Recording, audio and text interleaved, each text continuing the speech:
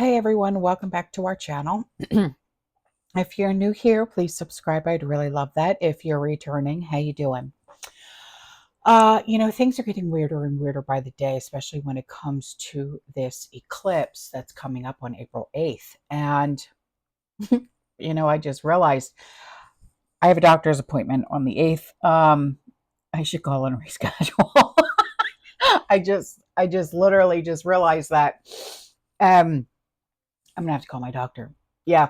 Anyway, so in response to NASA's report that the total solar eclipse will occur on April 8th, 2024, New York's authorities are warning New Yorkers to be prepared. I'm going to have to get a hold of Jason. I'm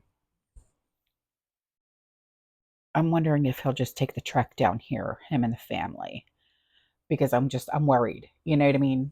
Because Jason's a really good friend of mine. Anyway, you know him as the Angry Prepper. But anyway, in a recent press release, okay, the New York State Police officials warned residents to prepare for cellular disruptions, slow 911 response times, gridlocked traffic, food and water demand during the upcoming total solar eclipse. So, also included in the press release was a list of suggestions calling for residents to stock up on food, water, and gas. And the warning by the New York State Police comes as the department looks to learn from the responses to the 2017 solar eclipse. I mean,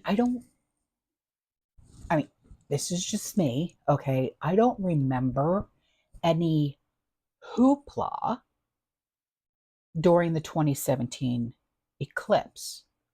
Maybe I'm wrong. What do you guys say?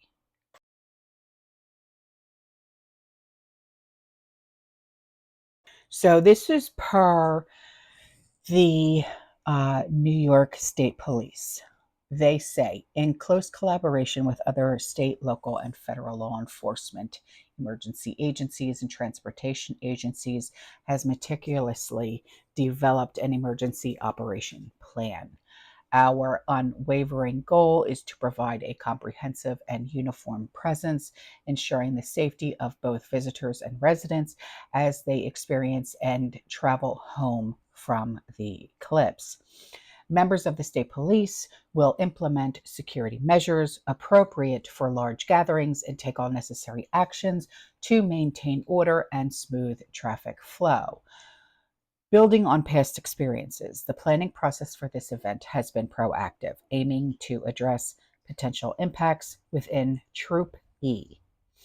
Our goal is to minimize any adverse effects associated with the large influx of visitors to the local area. This approach is based on the lessons learned from the 2017 solar eclipse, where some regions experienced a 100% increase in their population in the days leading up to and during the eclipse.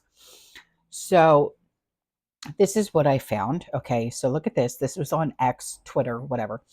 The timing of the eclipse comes 6 years, 6 months, 6 days from the last major eclipse on August 21st, 2017. But in actuality, it was slightly over 6 years, 7 months.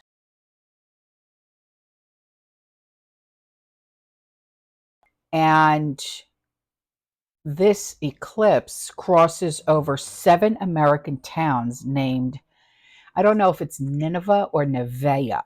Yeah.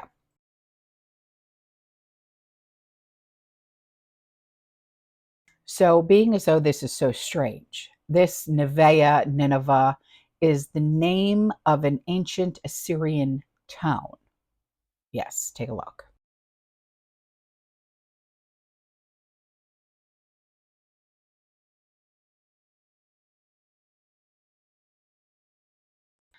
So, I know that a lot of you guys are in literally like the crosshairs of this thing.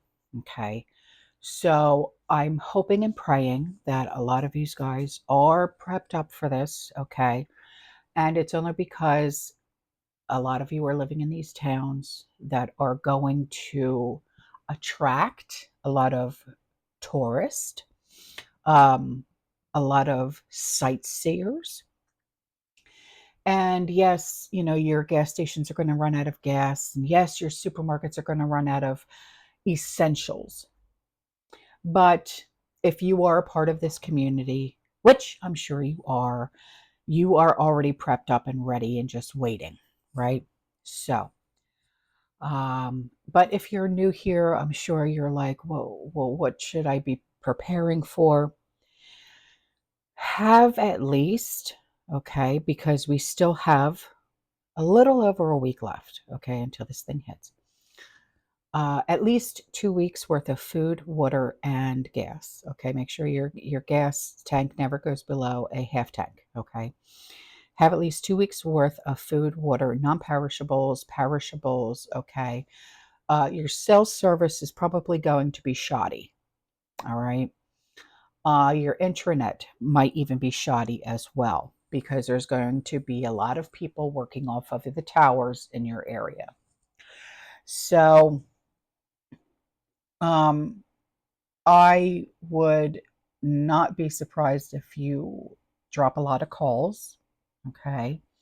If your laptop or your tablets or even your TVs uh, don't work as well as they normally do, okay? You might have a lot of buffering and things like that. So there's not much you can do about that, honestly.